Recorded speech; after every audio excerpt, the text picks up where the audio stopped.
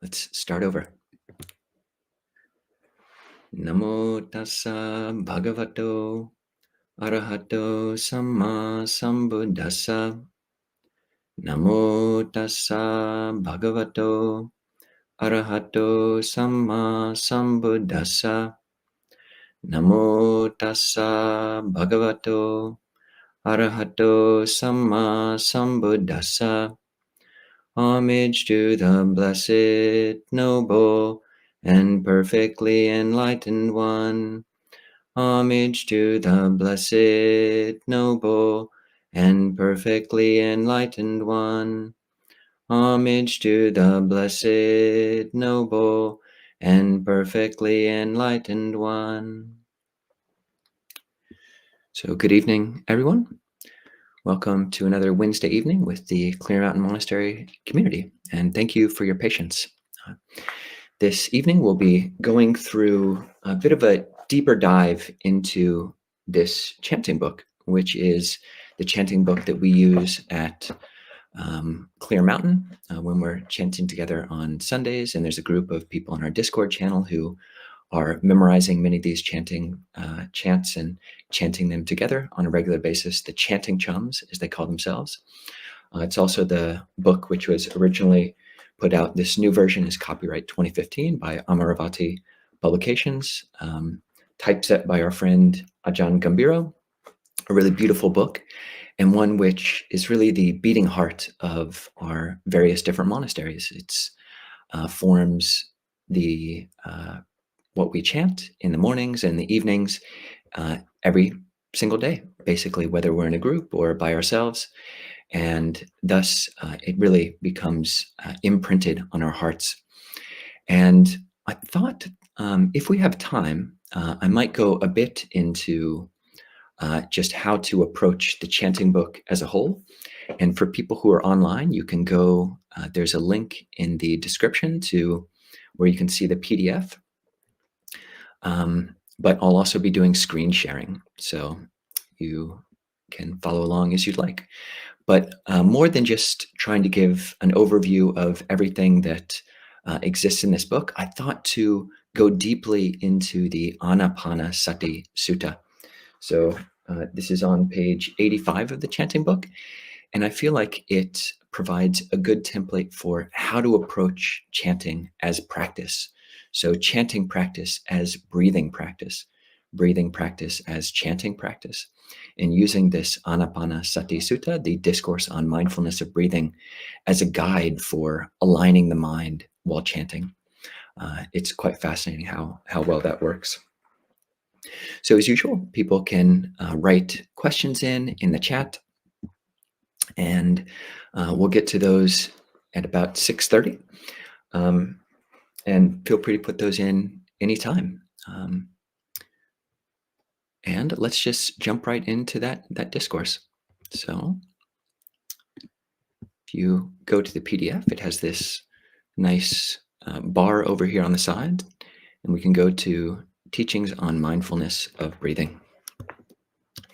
And I'll be chanting it and just giving some notes about the way that the chanting book is formatted, and also ways that we can take the teachings in this sutta into our chanting practice as a whole.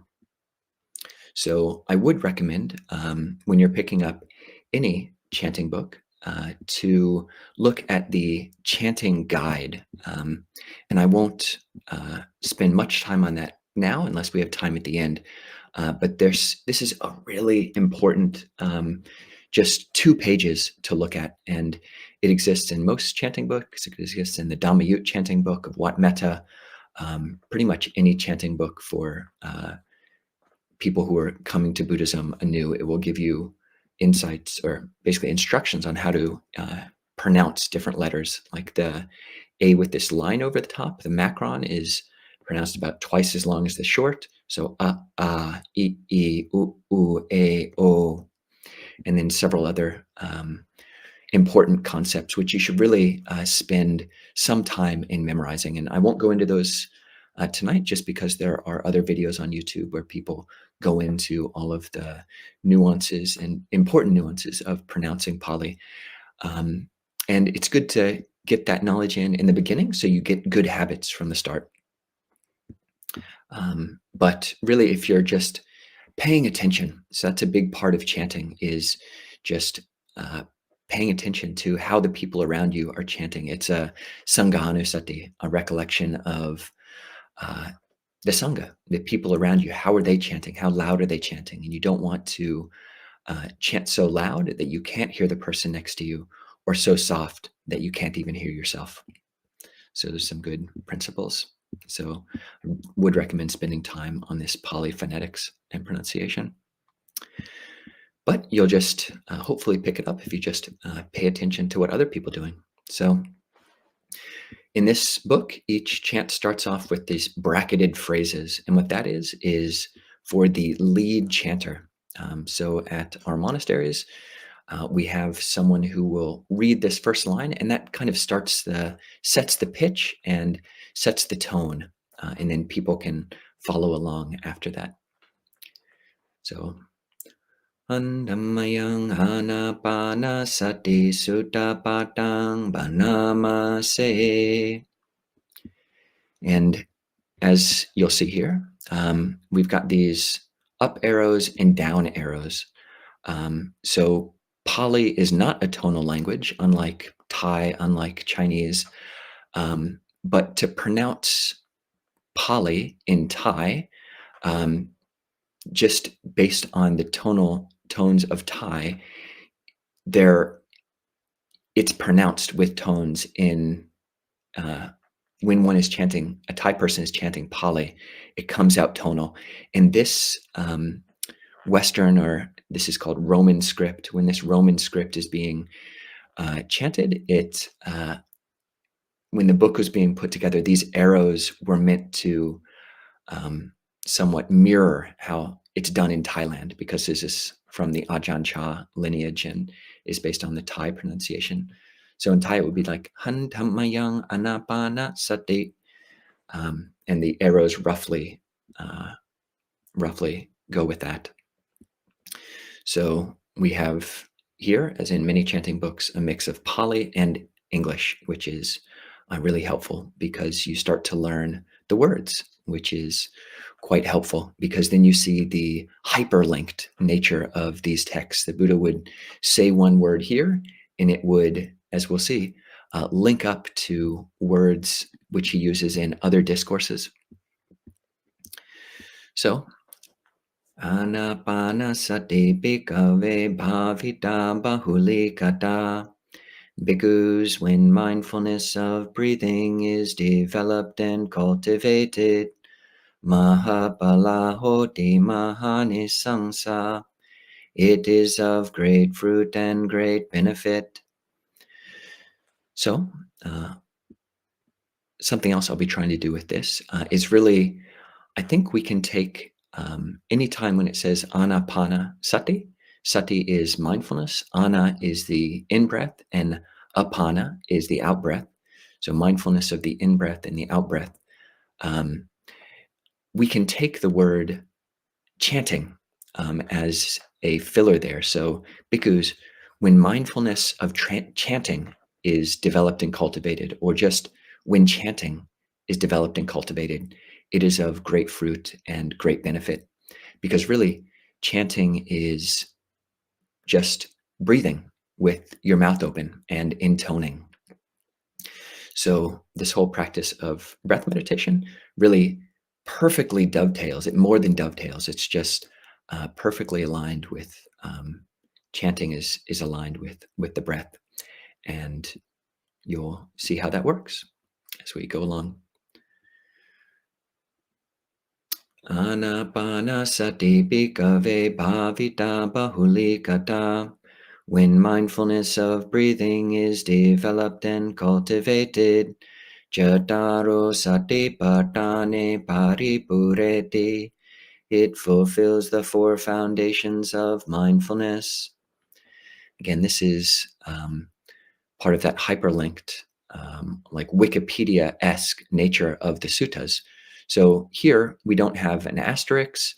The Buddha doesn't stop in the middle of this discourse, which is, by the way, Majjhima Nikaya Sutta number 118. This is a summary, or kind of the heart essence, the heart of that sutta. The actual discourse in the Majjhima is much longer, but this is a condensation, the main 16 steps in the introduction to that. But he doesn't stop and define what are the four foundations of mindfulness, but we will find that in other places, even in this chanting book. So in the teaching on the Noble Eightfold Path, we find there a definition of what is right mindfulness. It's knowing the body in and of itself, ardent, alert, and mindful, putting aside greed and distress with reference to the world. Knowing feelings in and of themselves, knowing the mind in and of itself, knowing dhammas in and of themselves, ardent, alert, and mindful, putting aside greed and distress with reference to the world. So yeah, we have the Buddha kind of creating this web, this interconnected web and network of meaning, which is just fascinating. And the more you practice chanting, the more you go into the suttas, the more you kind of live these teachings, the chants constellate around your being. It almost becomes as if you're living inside of a chakra, or a kind of a mind palace. You've created this constellation of meanings. So this dovetails with a really important point, which is, for me, the condensed essence of why chanting is a useful practice. And this is a quote from Majjhima Nikaya number 19, the two sorts of thoughts, Dvaita Vitaka. So whatever a person frequently thinks and ponders upon, that will become the inclination of their mind. So yeah, that's why we chant in the morning and in the evening. And if you've got a mantra practice, just throughout the day, all the time, just constantly chanting, because it's a way of actively training the mind, actively putting the mind on an object so as to get the mind to stay in this groove. So I think before, when I was still muted at the beginning, I mentioned 3 different markings that the Buddha spoke of. So it's like you've got a marking through water. So if you take your finger and run it through, say, a pool of water, the line that you created is pretty much gone as soon as you put your finger through. Then you have markings on sand. So you dip your finger into sand and it's there for a while, but basically just not even a day, because as soon as high tide comes, it just washes the sand away. And then you have etchings on stone. And yeah, I mean, it'll take a long time for water to wear away things which have been engraved on stone. So it is with these teachings. If you've been reciting something every morning and every evening, yeah, I mean, we do this all the time, even before we come to Buddhism, even before we come to Dharma practice, even before we become interested in training the mind. We are basically telling ourselves we've got these earworms, whether it's a pop song or whatever it is that we're just kind of humming away to ourselves, or the gears that are just turning away internally. We're frequently thinking and pondering on something all the time. And it's just when we come to practice that we realize that we're doing that and can become more intentional with that. And that's what these chants are. That's what this whole chanting book is about. So as a brief aside, but yeah, consider your chanting practice in just this way. You're inclining the mind towards these wholesome teachings. These are the constellation. These are the handful of leaves that the Buddha said he taught, because they lead to dispassion. They lead to peace, coolness, and eventually to nibbana. So that's cool. All right, we'll keep chanting. So chattaro satipatthana bhavita bahulikata. When the 4 foundations of mindfulness are developed and cultivated, sata bojjhange paripurente, they fulfill the 7 factors of awakening. Sata bojjhanga bhavita bahulikata.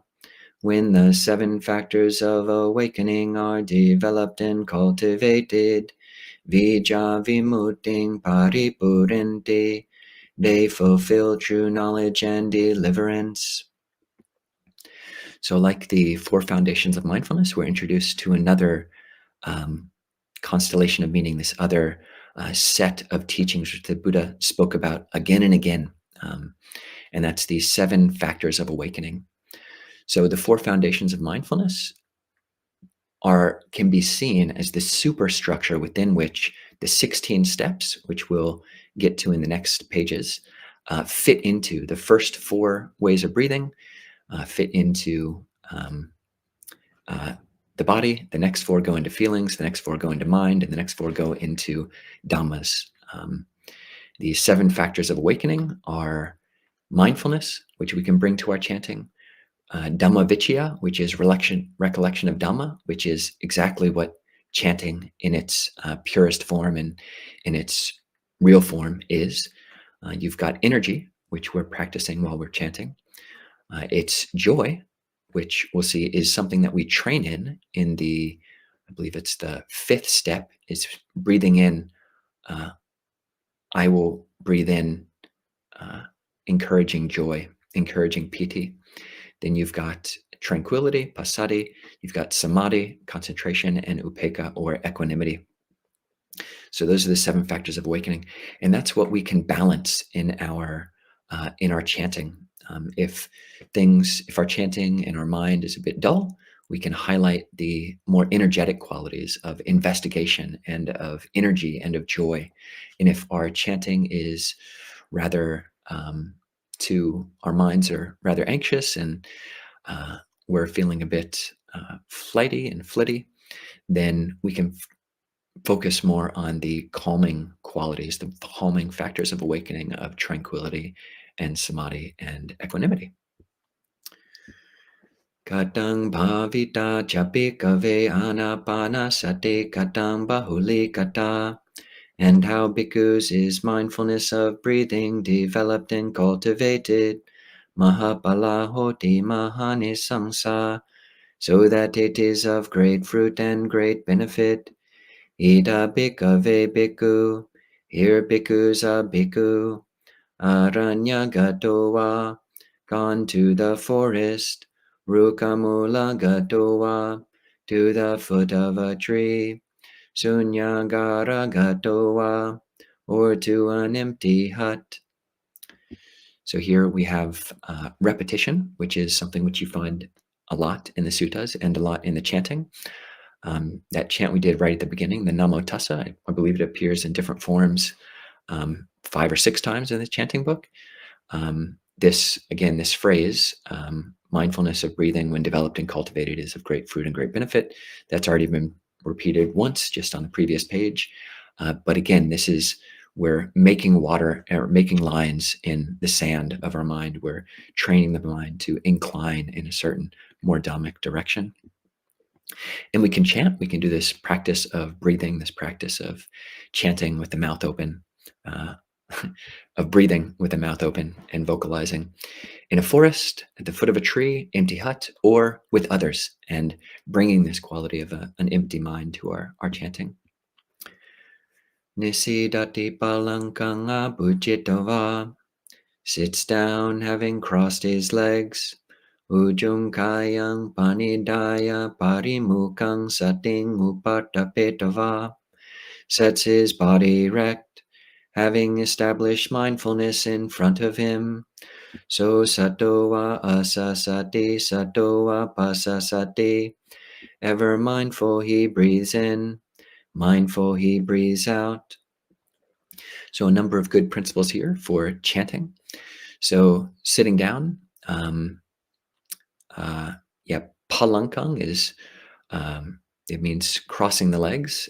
But basically, if you go to a monastery or when you're by yourself, you can chant in whatever posture is comfortable. If you're visiting a monastery, you'll see what all the other practitioners do, and you can just try to copy that. In Thailand, it's traditional to sit on our knees with our buttock on our heels, and then just chanting with our hands up in Anjali. So Ujung Kayang Panidaya, setting the body erect. So that's an important aspect of chanting, is to have this upright posture. This is something which people are taught just in singing classes, just to have, if you have an upright posture, your lungs are expanded as much as they can be, and that helps the sound, and it also helps with mindfulness of the body, as we'll see. Parimukang setting upatapetava, having cause, sati, mindfulness, to be established. Parimukang. So pari, like the parameter, is around. The mukha can mean either the mouth or the face, and this is interpreted in different ways. But in my experience, the Buddha was being quite broad. He could have been very specific and defined this as parimukkham just means the tip of the nose, which is what they take in certain meditation and traditions. But or just around the face, or around the face this way, or just to the fore, in front of them, is how it's translated here.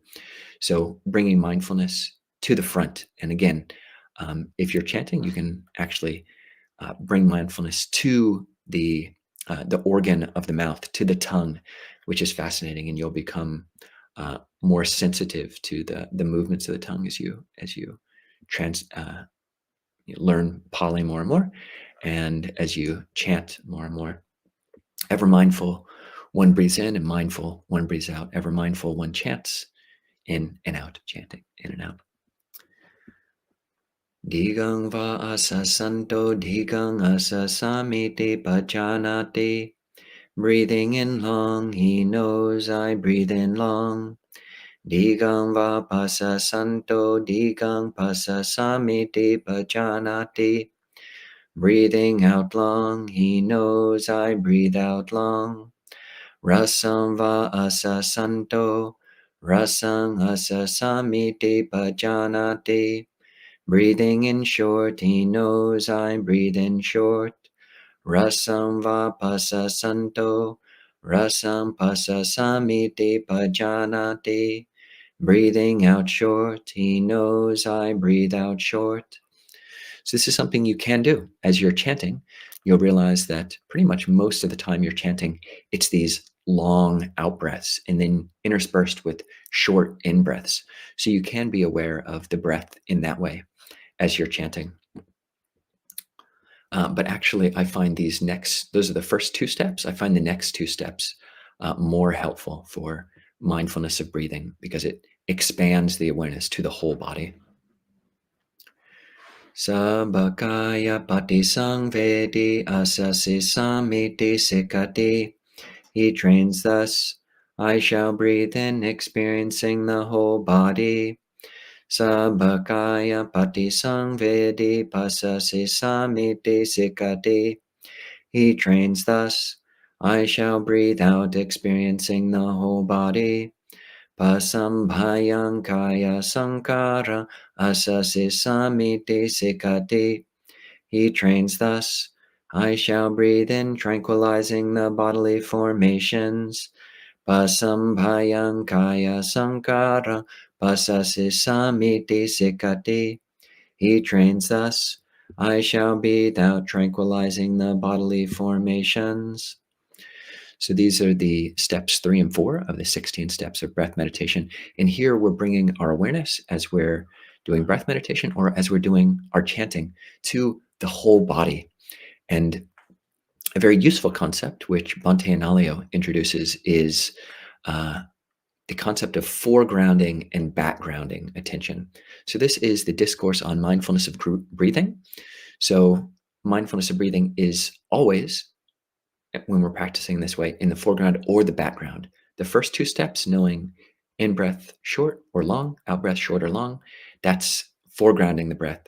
But here we can say that we're foregrounding our awareness of the whole body and backgrounding our awareness of the breath.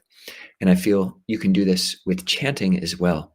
You can foreground whatever aspect of the chanting you're doing, and background the awareness of the whole body, or awareness of the breath.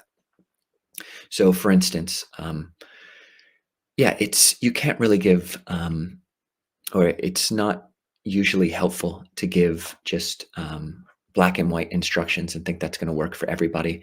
The power of chants lies in their repetition. And if you're going to be doing this for a long time, perhaps multiple times a day, every day, um, you have to have a practice which can have some longevity to it and have some creativity that's built into its processes. So yeah, experience what it might be like to focus on the body, have a full awareness of the full body, and to relax that, to tranquilize the bodily formations, which is basically either the breath or the body as a whole, relaxing all the musculature as a background awareness the whole time you're chanting, and then foregrounding an awareness of what you're actually chanting, the meaning of that.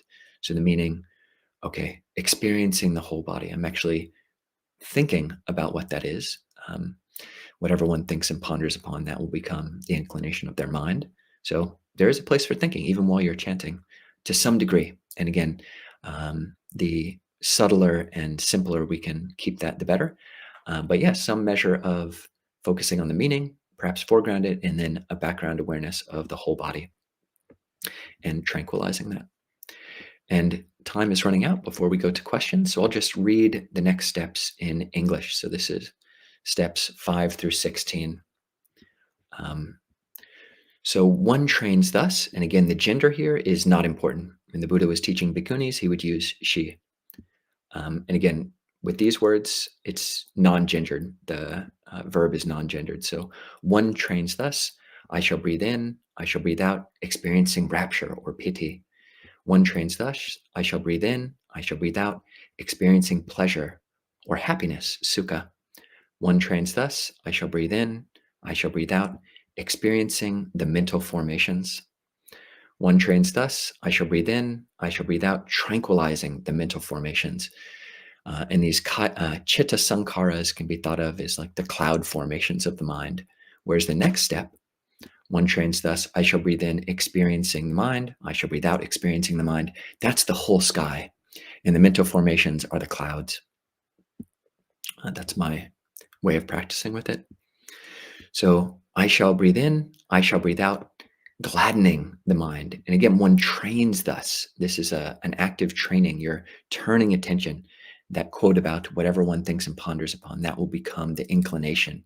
This inclination, the nati, the bending of the mind. That's what's being inclined to here with this word sikati, one trains. I shall breathe out, gladdening the mind. And that's a real benefit of chanting, especially when you do it with others, but even when you do it by yourself. One trains thus, I shall breathe in, I shall breathe out, concentrating the mind. One trains thus, I shall breathe in, I shall breathe out, liberating the mind. One trains thus, I shall breathe in, I shall breathe out, contemplating impermanence. One trains thus, I shall breathe in, I shall breathe out, contemplating the fading away of passions. Viraga. One trains thus, I shall breathe in, I shall breathe out, contemplating cessation, nirodha. And one trains thus, I shall breathe in, I shall breathe out, contemplating relinquishment or patinissagga. So that was a bit of a whirlwind through the discourse, the chanting of the teaching on mindfulness of breathing. And there really is a lot there. And I would invite everyone just to experiment with bringing these principles of breath meditation, these principles of foregrounding awareness and backgrounding awareness to your practice of chanting. It can be a practice that enlivens the mind, that gladdens the mind, that brings joy, that brings piti, that brings sukha or happiness. So explore with that and don't just, it's easy to I think we have a Western, maybe perhaps a modern bias towards novelty called novelty bias, where we're just hooked on this constant 24-hour, I think there's some commentators which call it the ever-present now, which is basically this constant newsreel of everything fresh and new. So you read suttas, you read these chanting books, and it just, what's up with this rote, repetitive, over repetitive chanting? Is just not interested. Give me something fresh, give me something new. And there is a place for novelty. You certainly need it in a life. Different people need more or less of it, but also a measure of consistency, this through line. And that's what a Sutta is. The word sutta literally means a thread. This is a thread of our lives. The Thai word for to chant is swat mon. The word swat comes from Old Khmer, which comes from the Sanskrit sutra, or a thread. So this is a thread or a sutta of mon, or a mantra, swat mon, the sutra of repetition. So that's what our chanting can be. So yeah, now can be a time for questions, or comments. Please feel free to put those in the comments. All right.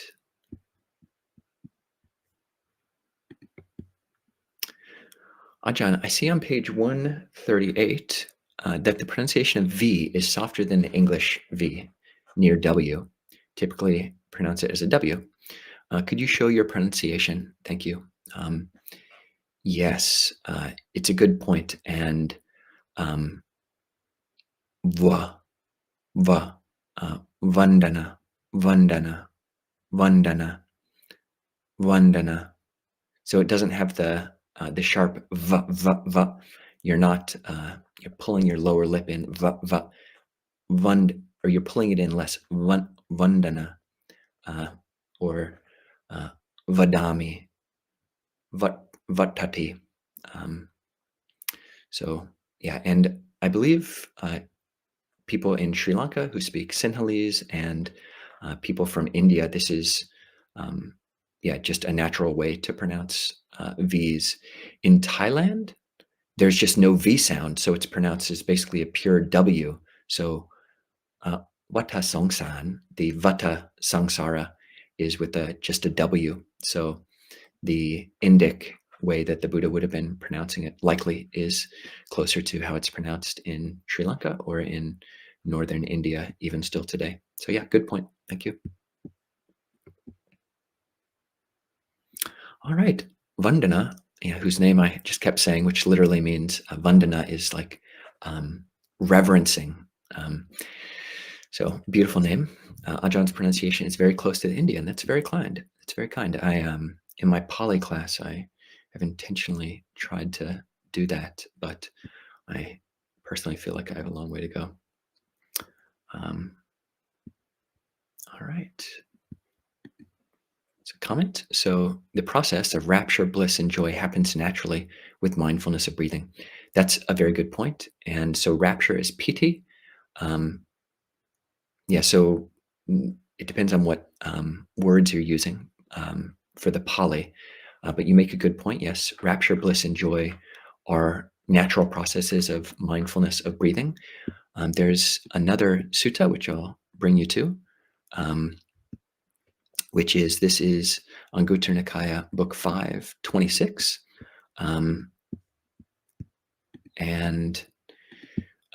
This is where the Buddha talks about 5 vimutti ayatanas, basis for liberation.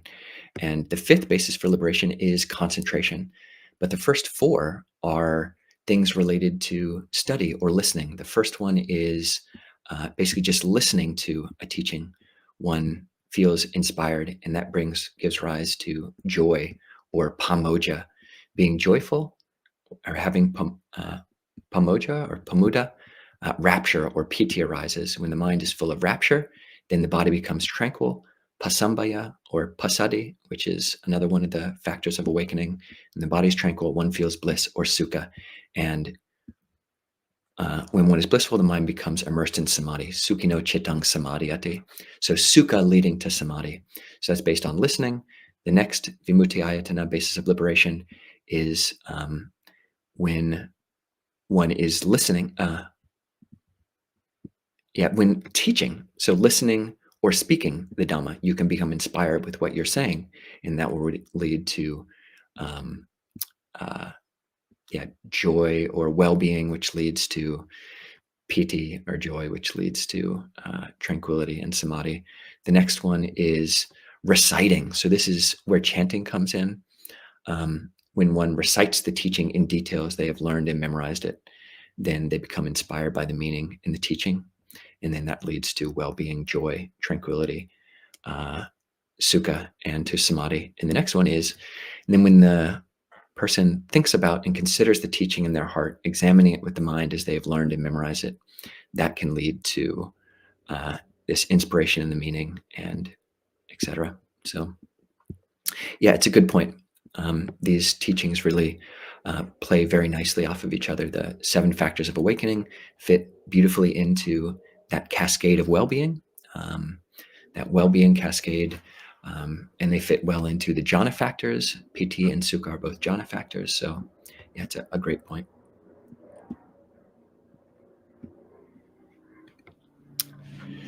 So, can one read or say aloud the chant and still be effective? Yes.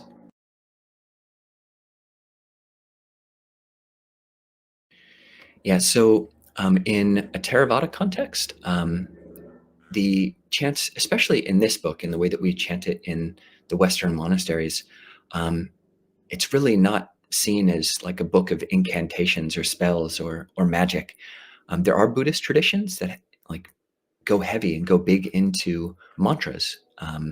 You have quite long mantras that take 25 minutes to read, which are virtually unintelligible to most modern day speakers of these other languages or even of Sanskrit. It's somewhat unintelligible. Um, but with these books, yeah, the pronunciation isn't really what's where the effect, where the potency lies. You potentize the chanting yourself by how you're directing the mind. So, however you're doing it, um, if it's giving rise to, if you're able to bring in the chanting into these different channels of that are leading to well-being and joy and happiness, then yeah, you can just say it out loud, read it. You can do the different intonations like I was doing or like they do in monasteries, or just say it silently. All of it is effective. See. Could I just ask, although these days I can calm and quieter my mind down relatively easily in meditation after practicing for years, to be honest, despite some piti, that's the joy, and I think this is sukha or happiness, etc., arising, I always end up simply getting bored sooner or later. Any tips? Um, yeah. So there's a really important aspect of meditation and a longevity of a meditative life, which is interest. So the Pali word can be chanda, can be a word for interest, which is one of the factors for concentration, or even saddha, which is usually translated as confidence or even faith. Just taking that as interest. And um, there's huge benefit in meditation retreats. You go to a 3-day retreat, a 7-day retreat, a 10-day retreat, and you learn a very specific technique. Okay, pay attention to the breath right here, going in and out for 10 hours a day for 3 days straight. Then pay attention to some very particular way of focusing the mind for another 7 days, etc. And that's great. But when you bring these techniques into your life, you have to find out a way to make them alive. And so experimenting, allowing some level of experimentation. If you read the writings of Ajahn Lee, who's a forest meditation Ajahn, or of Ajahn Tenisaro, who is a American meditation teacher who has a monastery in Southern California, their writings are just filled with creativity. I lived at Wat Metta for a year and a half, and basically every day it seems Ajahn Jeff is coming up with new creative ways to work with the breath. So, yeah, balancing respect for a technique, and you don't want to get wishy-washy, but you do want a vitality. You want a zest. That's another word is energy or virya, bringing this aliveness, this zest, this interest, this chanda, this yeah, kind of upwelling of emotion to the process, and that's what the this factor of one trains thus I will breathe in, gladdening the mind. So learning how to do that, and you can do it particular ways of paying attention to the physical breath coming in and out, or just by thinking about inspiring subjects. So hope that helped. Ajahn, sometimes piti or joy in step 5 of the mindfulness of breathing chant is difficult to experience. So I jump to Chittanupassana or Dhammanupassana. That's the steps, I guess, 9 through 12, and then 13 through 16, recollection or observation, anupassana of the mind, the chitta, or the dhammanupassana, recollection or contemplation, watching of dhammas or phenomenon. Those chittanupassana, dhammanupassana are the third and fourth of the satipatthanas, which are coded into that, the beginning of that mindfulness of breathing. That's totally fine. Yeah, some people believe that these 16 steps have to be progressive. You start with just breathing in long, and then the whole body, and then you go to piti, and then you go to sukha, and you shouldn't jump ahead. But in my experience, there's totally a place for, you're not cheating. It's not like if you see anicca, which is step number 13, recollecting, watching anicca. If you see impermanence, while you're watching the short breath towards the beginning, you haven't, there's nothing wrong with that. So yeah, I'm similar to you. The zone of chittanupassana is a place where I like to stay in. And that chittanupassana really can be an umbrella for all of the other steps in a way. So yeah, totally okay. Unfortunately, we're only going to have time for one other question before we go to Zoom. But Ajahn, can chanting be done when completing ordinary tasks, or is that disrespectful? Yeah. No, I mean, disrespect lies in your heart. So respect or disrespect is totally an internal matter. If you're living with other people, people might perceive what you're doing to be respectful or disrespectful, in which case you might want to maybe chant more softly. But just if you're by yourself and you don't feel it's disrespectful, it's a way to keep contemplating the Dhamma. I do that a lot. Usually for me, it's more mantra that I do while I'm doing an ordinary task, something shorter, like Buddho or Buddhang Saranang Gacchami, Dhammang Saranang Gacchami, Sanghang Saranang Gacchami, than a longer chant, because that's just easier to do while I'm doing something else. But yeah, no, it doesn't have to be disrespectful at all. And yeah, I would almost guess that if you're wanting to do it, then it's not going to be disrespectful. So yeah, sadhu, that means awesome, way to go.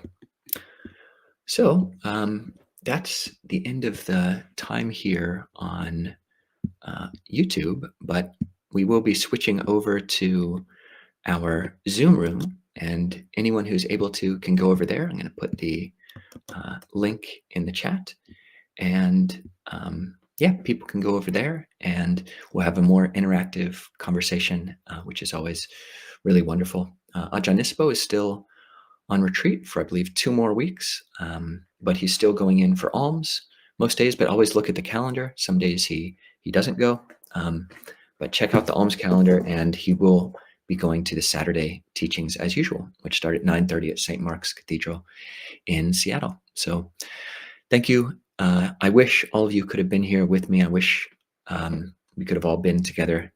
Chanting can be really powerful when it's done in a group setting. So maybe someday we can all do that together. That'd be wonderful. So until then, I wish you all the best, and hopefully see some of you over on Zoom. All right, take care.